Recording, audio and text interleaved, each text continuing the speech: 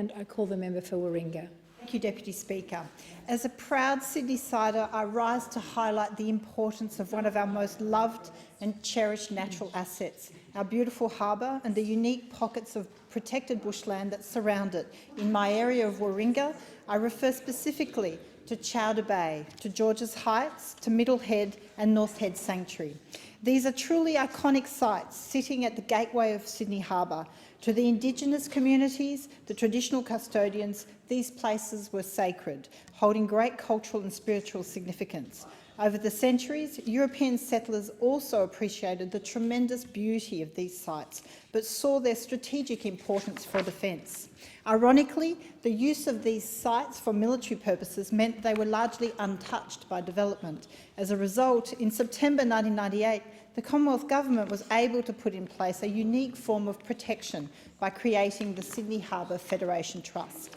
This statutory agency was tasked with rehabilitating former defence and other Commonwealth lands around Sydney Harbour, conserving their natural and built heritage and returning them to the people of Australia. These lands had been hidden away from public view for many years, left derelict, run down and in some cases contaminated. In his speech announcing the Harbour Trust, the then Prime Minister John Howard described Sydney Harbour as probably the world's greatest harbour. It is one of the great natural beauty spots of our nation. It is the cradle of European settlement in Australia, and it is one of those parts of our country which gives immense pride and immense pleasure, not only to the residents of Sydney, but also to all Australians, because it wins such wide acclaim around the world. I couldn't agree more. The creation of the Trust followed years of lobbying by community groups adamant that these extraordinary places on Sydney Harbour should be maintained as public spaces and kept safe from redevelopment. These groups, collectively known as the Defenders of Sydney Harbour Foreshores, included Friends of Cockatoo Island, the Headland Preservation Group, the Foreshore 2000 Woolwich. Today, 22 years later, I thank them for their foresight and vision and their dedication to protect our beautiful environment. The threat was real that these sites would be developed, prime real estate with breathtaking harbour views. It was only through the hard work of those community groups and the vision and leadership of Prime Minister John Howard that the land was saved. But now that legacy is under threat, as are these precious parcels of unique bushland.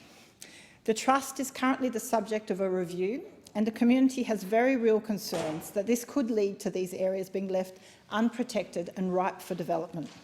The Trust was established as a transitional body to rehabilitate sites and hand them over to New South Wales Government for inclusion in the National Parks and Reserves system for ongoing management. But the question must be asked, what risk does this pose to these sites? What legislative safeguards will apply? There needs to be transparency and accountability as to the future of these iconic sites. As stated by the Harbour Trust itself, these sites must be maintained and kept safe from redevelopment.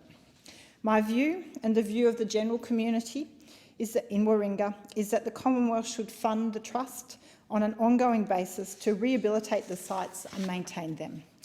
Deputy Speaker, these sites have great meaning for not only the people of Warringah, but for all Australians due to their iconic location, their rich Aboriginal heritage, their military history and, of course, their environmental value.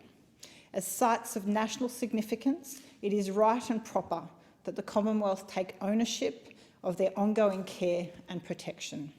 In closing, I would like to thank the members of the Headland Preservation Group, the North Head Sanctuary Foundation, the Mossman Park and Bushlands Association and the Friends of Quarantine Station.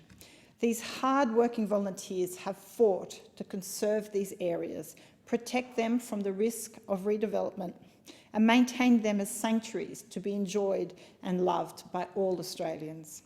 I call on the government to honour the work of these volunteer groups, to respect the wishes of the local communities and to maintain the legacy of Prime Minister John Howard by committing to ensuring that these iconic sites are protected for generations to come.